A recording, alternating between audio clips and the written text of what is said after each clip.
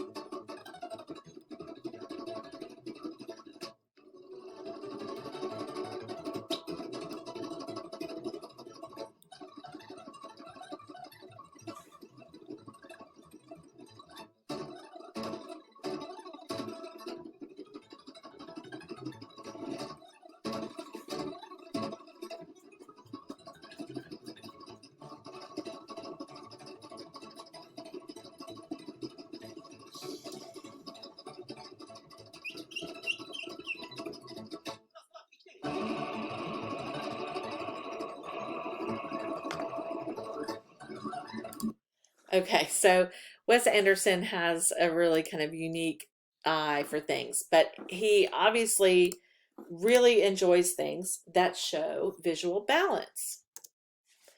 We see this also in various symbols of Zen, whether it's the yin yang symbol or a sculpture of a Zen master.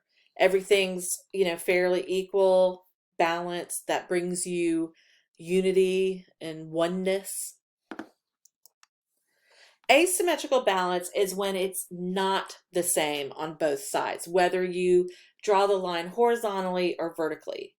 You know, there may be kind of like there's a lot of black here. Where's my cursor? Whoops. There's a lot of black. Why can't I find it? Anyway, dang it. A lot of black in his mother's dress and in the curtains, but then it's not totally balanced. Right? So that's just asymmetrical. That's another decision that the artist makes. This one too, you know, you could argue about the balance of lightness and darkness in this, and the composition, and the green versus blues, things like that. This one also, think about the balance here. Our eyes tend to go to the right side of the painting. Now, remember what I said about yellow and oranges, that really draw our attention. White kind of does the same, things that are bright white in a painting. So this man's jacket and his hat, but you know, kind of all of that attention is on the right hand side. But then if you look over here in these little pockets and the lights and the shadows here, it doesn't balance it. It's not equal, but it still activates that space. It's not just something totally devoid of information. It's just something we look at secondary.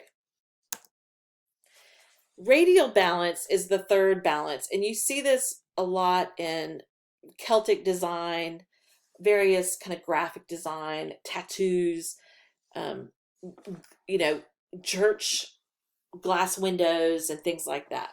That's where if you draw a line down the center, both horizontally and vertically, each square is basically the same.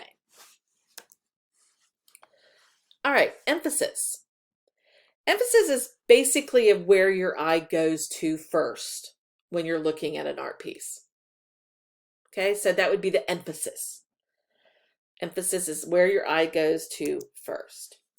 So this is Caravaggio, an Italian painter, really interesting story. And this is when Jesus has come down off the cross.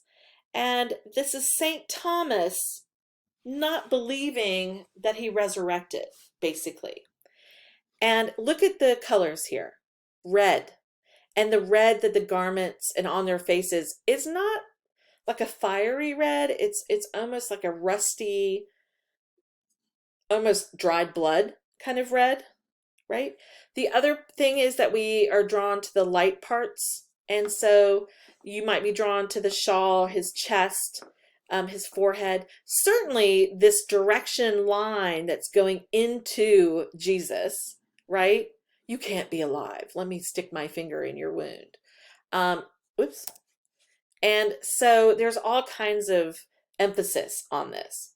But eventually, you know, this shows their doubt, their suspicion. This symbolizes the blood. And then, of course, the white draws us to what's happening. I always wonder, I'm trying to figure out whose hand that is. Is that Jesus's hand? I'm not sure. And tell me what you think. Here's another example of emphasis. The contrast, the difference between the white and the black puts all the attention on the iPod. See, now before cell phones, there were these things called iPods that just held music and sometimes photographs, right? But this is a great design. Really pops. Here, where does your eye go to first? To the man coming out of the door. There's another man behind him. This guy does not have 3 arms. This is, he's kind of lifting his robes so he can step down, and there's another person behind here. But they stand out so much because of that saturation, because of that color. Okay. And so the emphasis, I should say, I wanted to say, the emphasis is on the men. Okay, so movement is seen in a couple different ways. It's kind of the way our eye travels through the artwork, but it can also be something that's seen in the work. So this is Starry Night by Vincent van Gogh. And what he's trying to show us here in this beautiful, iconic painting, Starry Night, is wind. Now, there's a whole bunch of stories about Vincent, and we'll talk about him more. He was, the quintessential tragic artist, in that he was a rabid alcoholic. He abused drugs. He was thought to have had several different mental illnesses, even syphilis. There's a bunch of different things. He, unfortunately, had many, many unrequited love episodes throughout his life where he would fall in love and it just wasn't returned. But anyway, so there's a lot of purpose to understanding his brushstroke and his technique. But in this painting, he talks about wanting to capture the wind. So he paints the sky with swirls, right? To show how it turns and moves. And these trees are kind of cypress trees. I don't know if you know those, but they're kind of tall, thin trees. They almost look like fire. And I think he does a wonderful job of describing this. So the movement is not just in the brushstrokes, but he's trying to show us wind, things that move. This is a library in Canada, and I think it's just a beautiful building. And it looks like a ship, something slicing through water or the air, right? This could very well be just a plain rectangle, but it's elevating a little bit more. The fact that the edges are kind of turning out implies that it's moving and it's growing. Love it, love it.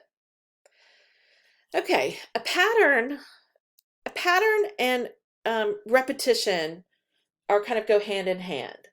Pattern, though, kind of really talks about something a little bit more mechanical made. This is a kind of a grate that goes over an air handler. This is a print of Coca-Cola bottles where they're all exactly the same. Now, the ink doesn't transfer the same, but essentially another print would show them all printed evenly. So it creates a pattern. A repetition kind of works with pattern, but then sometimes it's not always exactly the same. So we see repetition of shapes, and sometimes there's pattern in between, right? There's this repetition of triangles, but they don't necessarily make a pattern, like a distinct, this is kind of more, that doesn't, I'm sorry about the sounds. I don't know how to explain it. Yeah, this is Gustav Klimt, another Gustav Klimt who did the Kiss we've seen with the gold leaf. This is another oil and gold leaf painting. These are Tiffany lamps, and so you see the repetition in the leaves, in the dragonflies, in the shapes, but they're not necessarily a pattern. It's just similarities that are repeated. This is Takashi Murakami, a Japanese artist who's really popular right now. And he does what's called super flat art.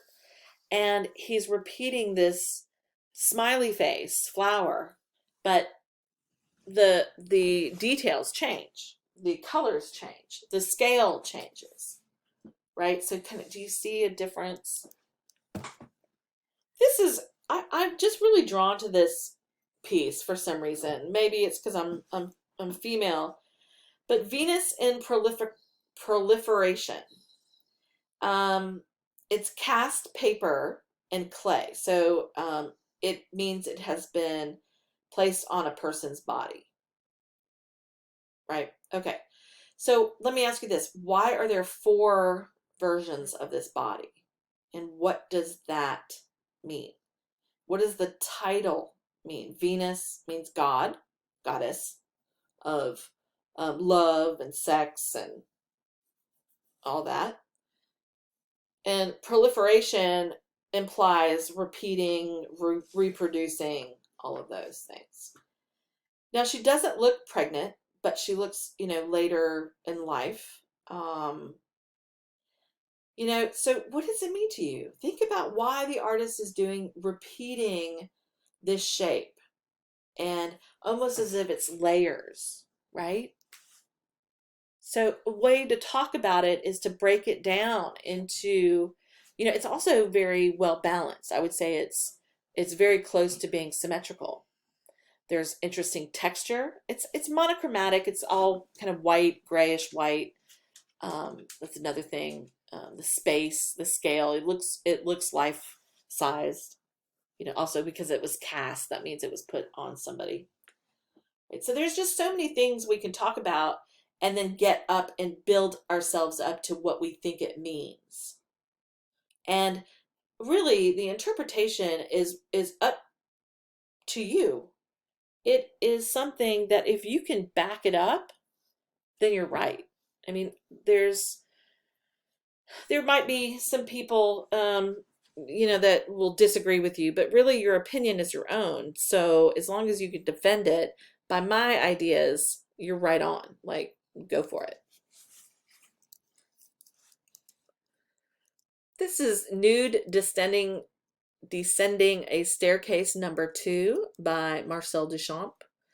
And this is shapes that are supposed to look like figures, but they kind of look more like robots walking down the steps. But it's repetition of similar marks in this piece. This is Magritte. It's raining men. It is raining men. So why, are they repeated? They're various scales. There's not a lot of movement. I mean, I don't know if there is movement because it kind of could be just floating there. I don't know. What do you think it means? These every men. Proportion. Proportion is basically scale. It's parts being equal, parts being different, and any kind of variation about that. And sometimes we talk about proportions when in figure drawing or when you're using the human form. Is it a normal? Is it life size? Or is it idealistic? The fashion kind of scale or the heroic scale? And you can see the average human is about 7.5 heads tall.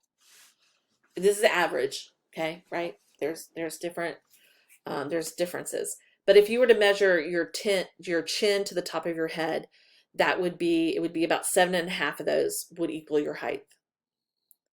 So the Greeks started doing a more idealized form, made us a little bit taller, a little bit broader in proportions.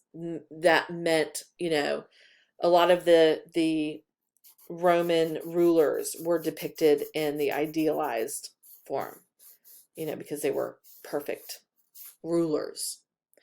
Fashion designers just like the form to be a little bit elongated for their designs. Now, when they actually put them on humans, they have to bring them back into proportions. But when they're doing sketches, they like to do these, long, skinny frames. And then also during the latter part of the Greek rule, and they were making a lot of sculptures. They were in the Hellenistic period, and they did these ginormous heroic proportions where you were 9 heads tall. So if you just look at the knees, right? If you go from the average person knees and we go all the way across, I mean, we're at the top of his shins here, right? But if you think about superheroes and in comic books and those kind of figures are always portrayed as this larger than life because they can beat up anything, right? This is someone who works with scale, but on a minuscule. This is a needle we've got here. This is the eye of a needle. Okay, so he's making these. Look at this Star Wars. I love this stuff. These are teeny tiny, and I have a great video for you to watch. Finally, tonight, we're going to show you something you won't believe, and we're not sure we believe it. But our Nick Watt saw it, photographed it, and we're going to show it to you. Now, for purposes of comparison, take a look at this. This is a ball of thread and a sewing needle. And the eye of that needle is so small that most of us have a dickens of a time trying to get a thread through it. But now, imagine an artist who can create an entire work of art inside the eye of that needle. Here's Nick. Perched on that pinhead is a $300,000 sculpture. Under the microscope, an elephant carved from a fragment of a grain of sand. I had to really scrape and just take my hand away and scrape. The tail is a dust fibre plucked from the air. Wigan's sculptures are all smaller than the head of a pin or the eye of a needle. Do you enjoy this? I enjoy it when I finish it. Not working on it, no. It's misery. It's painstaking. He uses tiny homemade tools and paints with a hair plucked from a housefly's back. That is a bit where the psychiatrist probably needs to see you afterwards. He gets satisfaction from other people's amazement. So static? There it is. There's a static moving it. I'm not doing that. There's a static again. Disaster can strike at any time. It struck Alice in Wonderland. I was carrying her towards a needle. And then I looked again through the microscope and she'd gone. Disappeared. I think I inhaled her. And if it all goes wrong, calmly, Wigan starts again. You know, I think I'm the most patient man on earth. This obsession began when Wigan was a lonely 5-year-old. I have learning difficulties. You know, I can't read or write.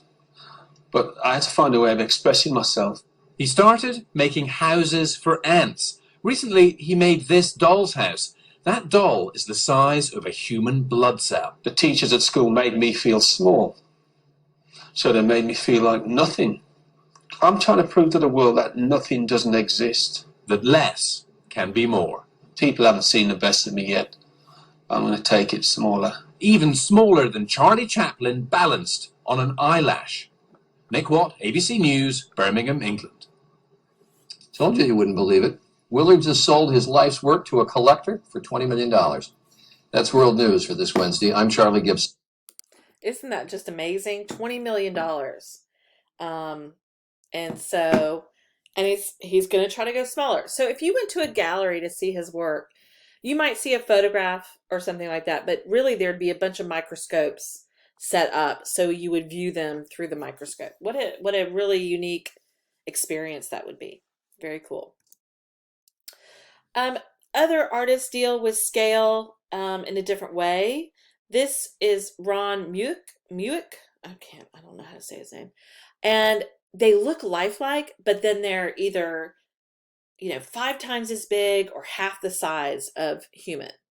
And so you can see this is a visitor, a real person, and this is this, and then the sculpture here.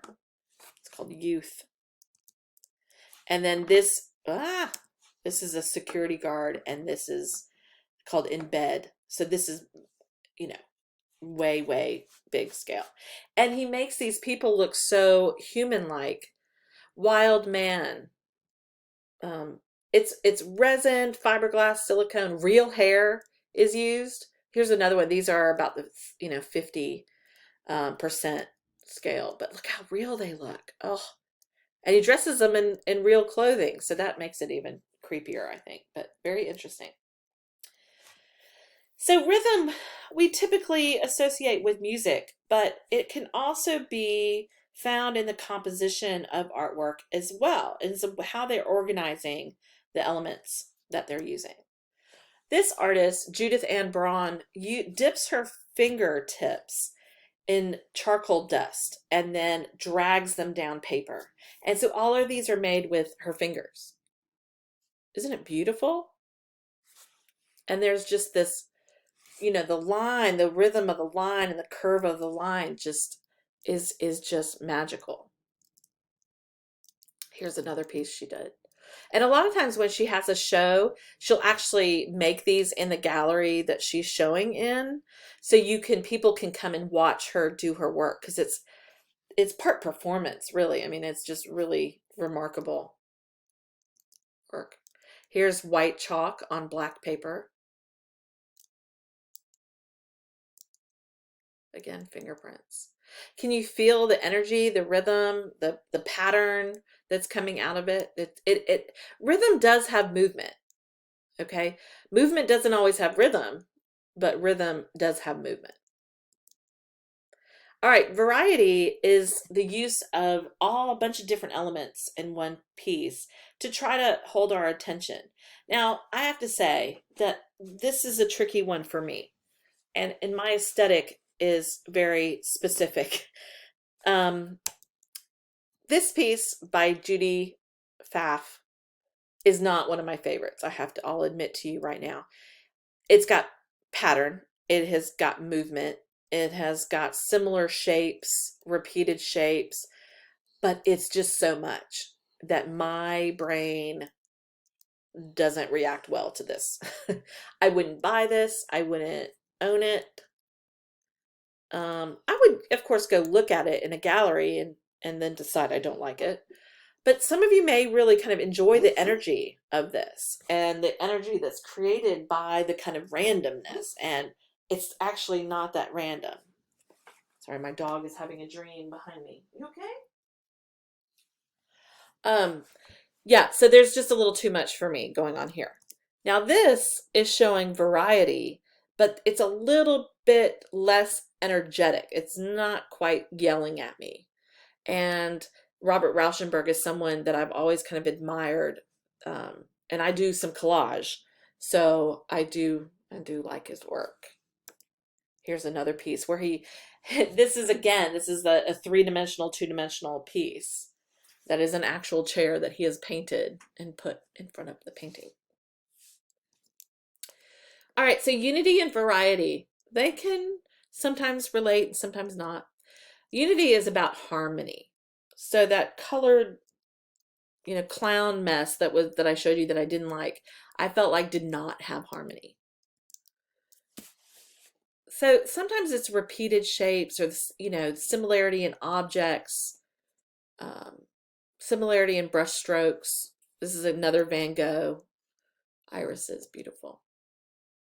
This translucent quality of the horses, and also so that's the treatment of the materials, the colors, the kind of bubblegum colors that are here kind of create the unity in the piece.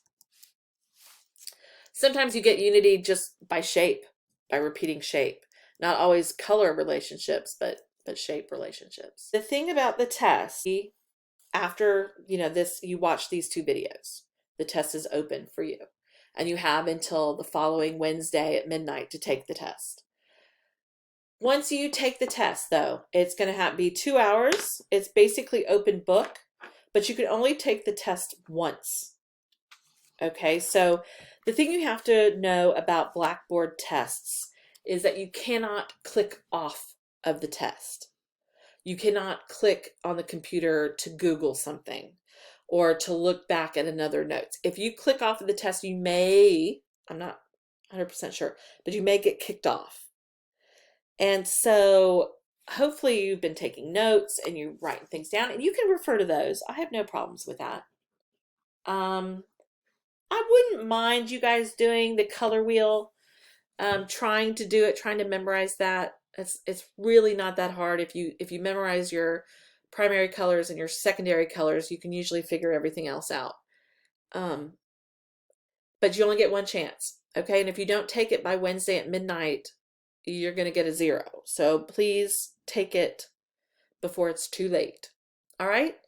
And good luck.